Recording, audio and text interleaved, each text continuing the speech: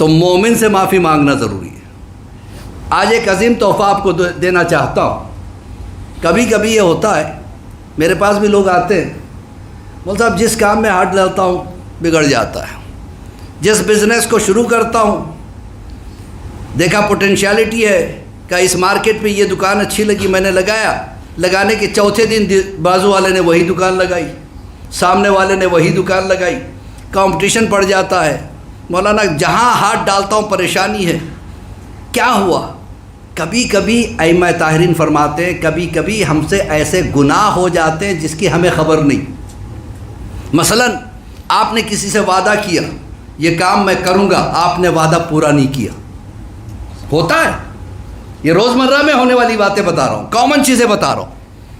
ہم سے ایسے گناہ ہو جاتے ہیں، ہم نے وعدہ کیا اسے پورا نہیں کیا، پورا نہ کرنے کی وجہ سے جو اسے تکلیف ہوئی ہے نا، وہ آپ کی خوشیوں کو لے ڈوبتی ہے، آپ کی برکتیں چلی جاتی ہیں۔ اسی طریقے سے بعض لوگوں میں ہابی ہوتی ہے مذاق اڑانے کی۔ ہم تو بڑے جوویل آدمی ہیں، یہ جوویل آدمی ہونا ہر وقت کے لیے اچھا نہیں ہے۔ کبھی کبھی مذاق میں آپ سامنے والے مومن کا دل دکھا دیتے ہیں۔ کبھی بھی یاد رکھیے گا، مذاق کیجئے گا لیکن کسی کی کمزوری کا مذاق نہ کیجئے گا، کسی کی غربت کا مذاق نہ اڑائیے گا۔ مذاق اچھی بات ہے، اللہ کو بھی مذاق پسند ہے، لیکن مزاح المومنین اللہ کو پسند ہے، لیکن وہ مذاق نہیں جس سے آپ کسی کی کمیوں کی طرف مذاق اڑائے۔ کوئی چل نہیں پاتا ہے اس کی نقل کر کے مذاق اڑائے، کوئی ہکلاتا ہے اس کی نقل کر کے مذاق اڑائے۔ کبھی کبھی بچے اتنے بڑے ہو جاتے ہیں کہ ماں باپ کی مذاق اڑانے لگتے ہیں۔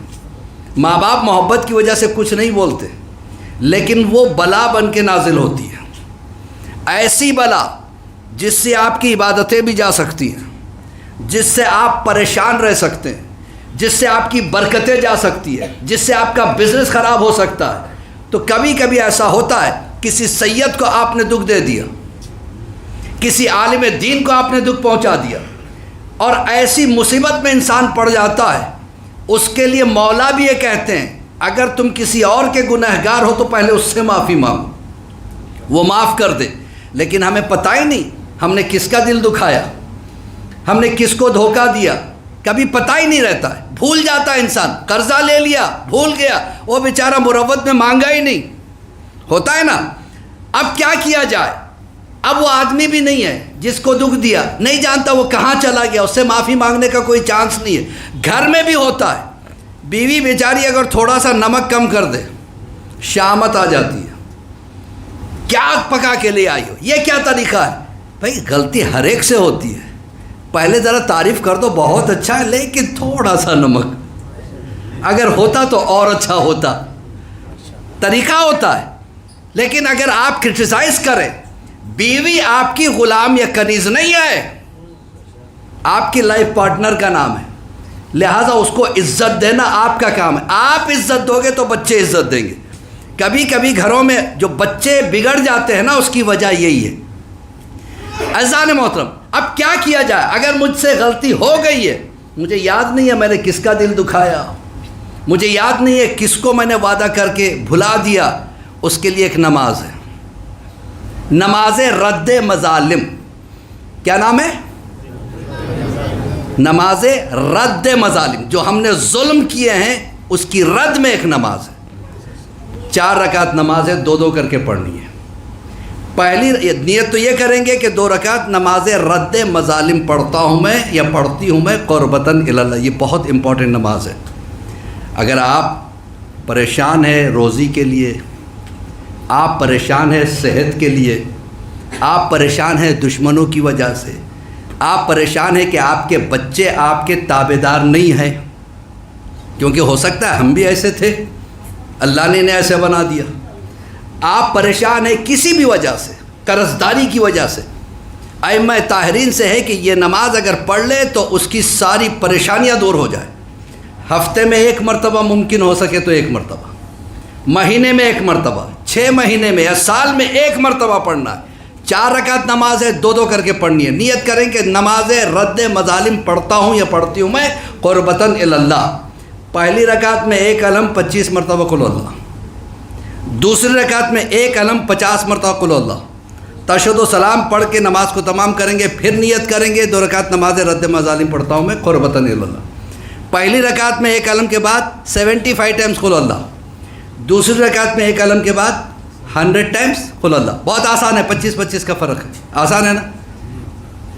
نہیں دل سے نہیں بول رہے آپ. مولانا اتنی لمبی نماز بتا رہے ہو، بھئی آپ نے بھی تو ایسا کام کیا ہے. آپ نے کیا ہی کیوں ایسا کام جس کی وجہ سے آپ پریشان ہیں؟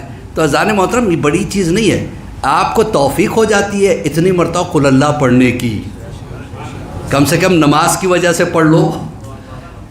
اس سے یہ کوئی یعنی برا ڈیل نہیں ہے، ہماری ساری پریشانیاں دور ہو جائے ایک نماز کی وجہ سے. ہر ایک سے غلطی ہوتی ہے، چلتے پھرتے آپ نہیں جانتے.